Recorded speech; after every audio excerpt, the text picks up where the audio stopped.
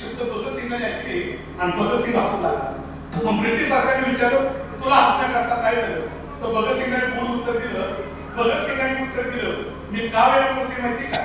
मी का व्यायाम करतोय ते पुढे उत्तर दिलं. एवढं उत्तर घरी घेऊन जा. भगतसिंगाने सांगितलं आमच्या हिंदू धर्म संस्कृतीमध्ये सकाळ उठल्यानंतर देवाची देवपूजा केली जाते. पण देवाची देवपूजा करत असताना आम्ही देवाला ताजी आणि टवटवीत फुलं वाहतो. तसं ऐका आज मी माझं 30 रुपये फुल माझ्या भारत मातेला अर्पण करतोय. पण अर्पण करत असताना ताजं आणि टवटवीत असावा याच्याकरता काय करतोय मेहनत करतोय. ऐका रे दादा ऐका रे बराई आमचा भगतसिंग बाहेरून दिसण्याकरता चांगला नसेल पण अंतरंगातली विचाराची उंची किती मोठी.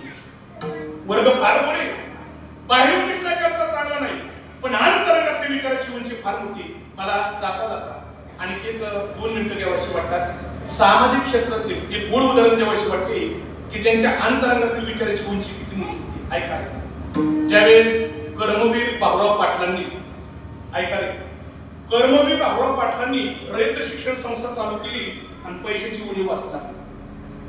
एक शेती भेटली. शेतीने कर्मवीर बाबुराव पाटलांचा हात धरला. पाटील संस्थेला 1 लाख रुपये देण्याकरता तयार आहे.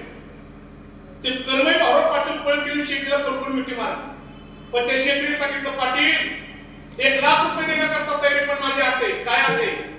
ज्या रयत शिक्षण संस्थेला तुम्ही छत्रपती शिवाजी महाराजांचं नाव केले माझी अट आहे त्या छत्रपती शिवाजी महाराजांचं नाव फोडा आणि त्या जागेवरती माझ्या बापाचं नाव टाका.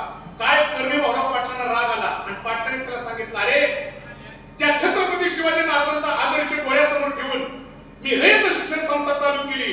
माझ्या छत्रपती शिवाजी महाराजांच्या नावाकरता वेळ आली मी माझ्या बापाचं नाव बदलीन पण छत्रपती शिवाजी महाराजांचं नाव बदलणार नाही. याला अंतरंगातील विचाराची उंची. विठाला